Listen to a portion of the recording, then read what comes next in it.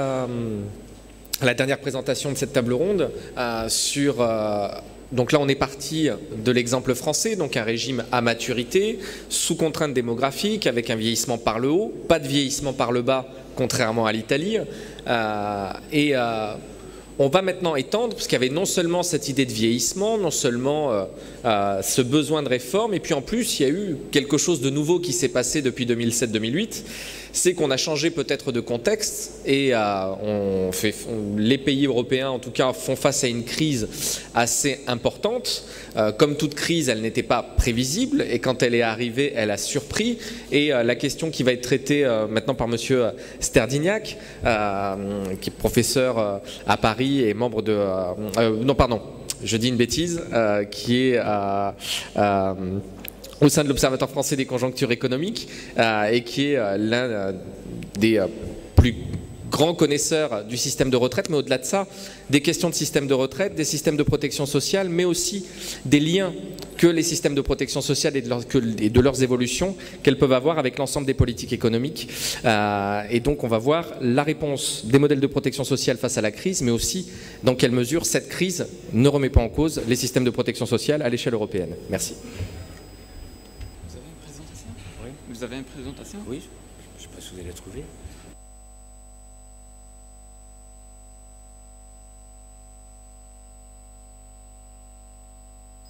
Un peu la situation lorsqu'on parle des systèmes de protection sociale. On a des pays qui sont en train d'essayer de constituer un système de protection sociale. Et nous, en Europe, notre problème, c'est d'essayer de maintenir un système de protection sociale malgré les difficultés économiques d'un côté, les difficultés nées d'évolution démographique, et puis aussi les difficultés nées du développement du capitalisme qui fait que le modèle d'intervention publique est mise en cause par les technocraties et les classes dirigeantes. Les sociétés européennes ont développé ce qu'on peut appeler le modèle social européen, qui est tout à fait caractéristique de nos sociétés, bien que ça se retrouve à un degré moindre aux États-Unis, comme on l'a dit tout à l'heure. Dans ce modèle, il y a une partie, c'est un compromis entre le capitalisme et le socialisme. Il y a une partie importante des dépenses des ménages qui sont socialement assurées en matière d'éducation, en matière de santé, en matière de retraite, en matière de famille. Il y a une forte redistribution par les prestations sociales, par la fiscalité. Le droit du travail protège les salariés et l'État considère qu'il a un rôle à jouer dans l'économie, aussi bien en ce qui concerne la conjoncture qu'en ce qui concerne la politique industrielle. Ce modèle, c'est donc le modèle social européen. Et aujourd'hui, en Europe, on a grosso modo deux points de vue. Pour les libéraux, ce modèle est périmé, il faut le remettre en cause, il faut aller vers une économie de plus en plus libérale, laisser jouer les forces du marché et dans ce cadre, il faut réussir à faire baisser les impôts et les cotisations sociales et donc il faut privatiser une partie importante de la protection sociale. Et une des manières de la mettre en cause, c'est de la faire passer au niveau européen, c'est de briser les solidarités nationales. Et là, le point de vue que je vais défendre ici, c'est que, au contraire, l'Europe devrait se donner comme objectif de défendre son modèle social, son modèle économique.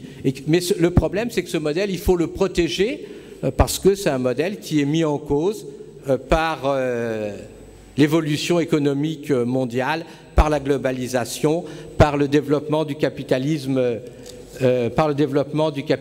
financier. En ce qui concerne plus spécifiquement la protection sociale. La protection sociale, dans la plupart des pays européens, elle est universelle, en ce sens qu'elle couvre l'ensemble de la population et elle le couvre avec des instruments très différents. Vous savez qu'on peut séparer la protection sociale en 3 types de prestations. Et on n'a pas dans les modèles européens, on a ces 3 types de protection. D'un côté, des protections d'assistance qui sont ciblées vers les populations les plus pauvres, comme une retraite minimum. Dans la plupart des pays, on assure aux personnes de plus de 60 ou 65 ans une retraite minimum avec des procédures différentes. Donc on a d'un côté des protections, des prestations d'assistance, on a des prestations universelles qui bénéficient à l'ensemble de la population, comme la protection en matière de santé, en matière souvent d'allocation familiale, et on a des protections d'assurance sociale qui sont basées sur le principe on reçoit parce qu'on a cotisé, et en même temps c'est de la protection sociale, c'est-à-dire que c'est socialement géré. On peut remettre en cause, la société a le droit de remettre en cause cette assurance en fonction de l'évolution économique.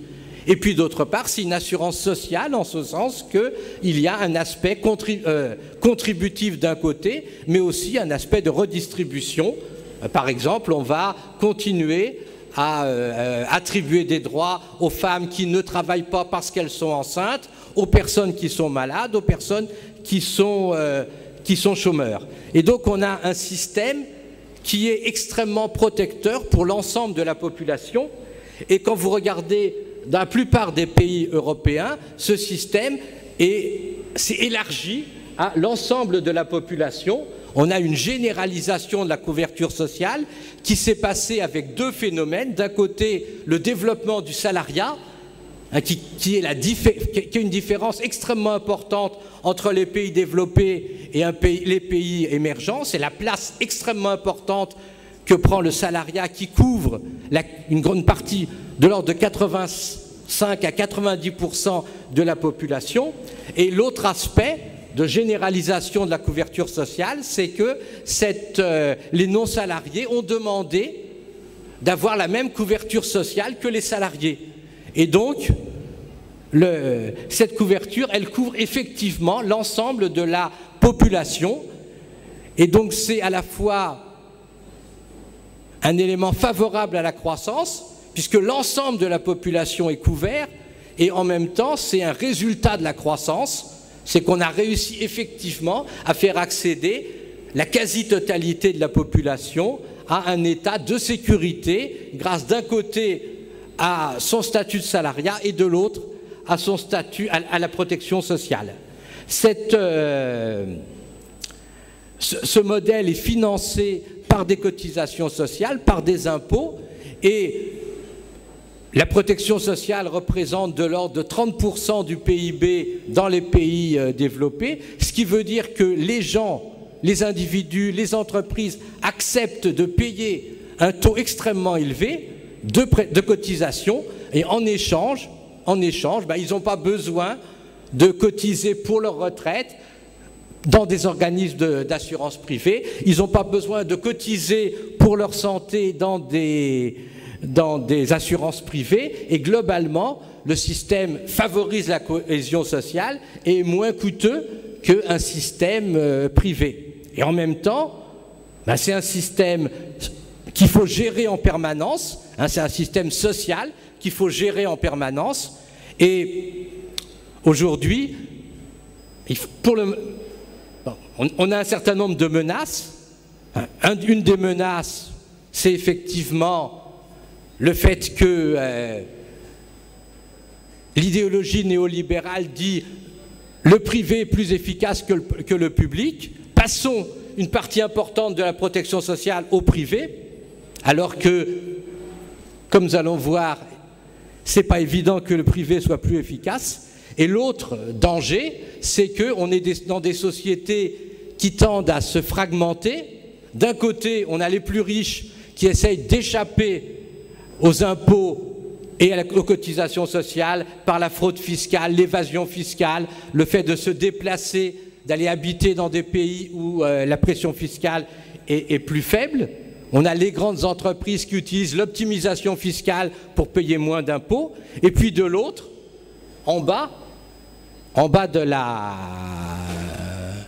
des statuts, on a le développement de l'informel, même dans des pays comme la France, avec le développement de ce qu'on appelle l'économie collaborative, le fait que des personnes sans emploi se voient proposer de travailler sans couverture sociale, sans payer de cotisations, sans payer d'impôts, de devenir chauffeur de taxi informel, de louer leur appartement de manière informelle. Et on a un certain nombre d'entreprises qui disent à leurs travailleurs: on ne veut plus vous avoir comme salarié, mais on est prêt à vous embaucher comme auto-entrepreneur.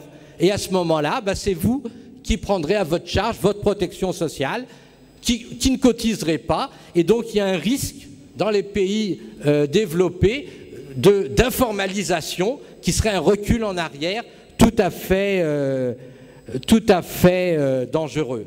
La crise financière que nous avons vécue en 2007-2008, ça a montré effectivement la légitimité du modèle social européen par rapport au modèle libéral. On voit que dans le modèle libéral, qui repose sur le développement des marchés financiers, l'économie est perpétuellement instable.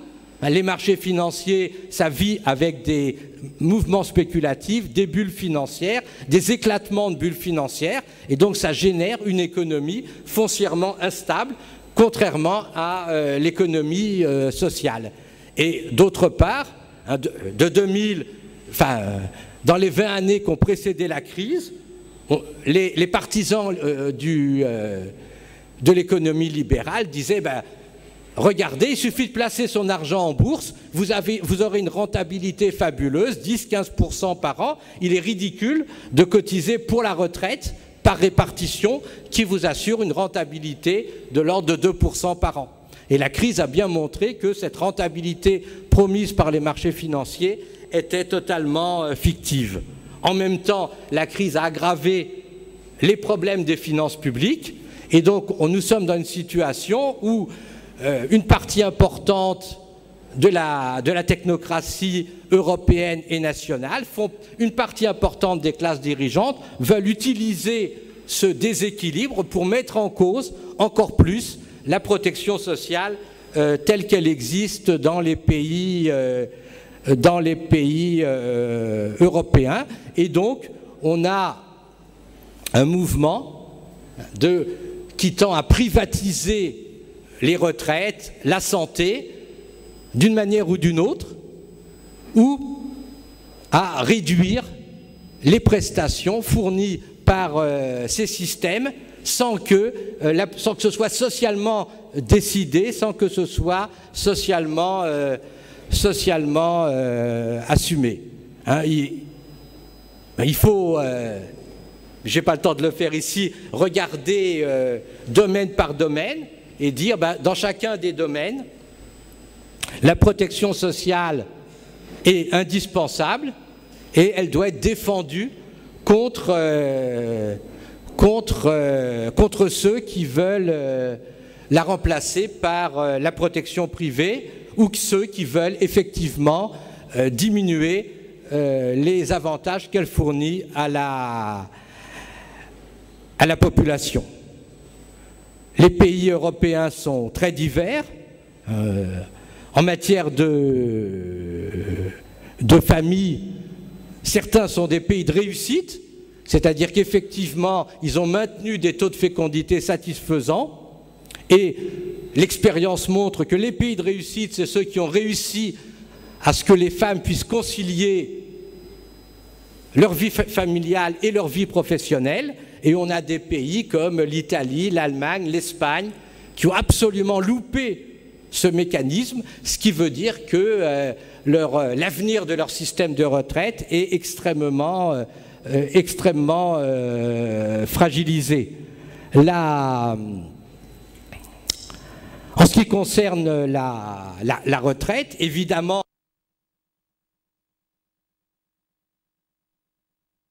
c'est un modèle fragilisé et donc qu'il faut défendre en Europe, et en même temps, c'est de mon point de vue un modèle idéal. Merci.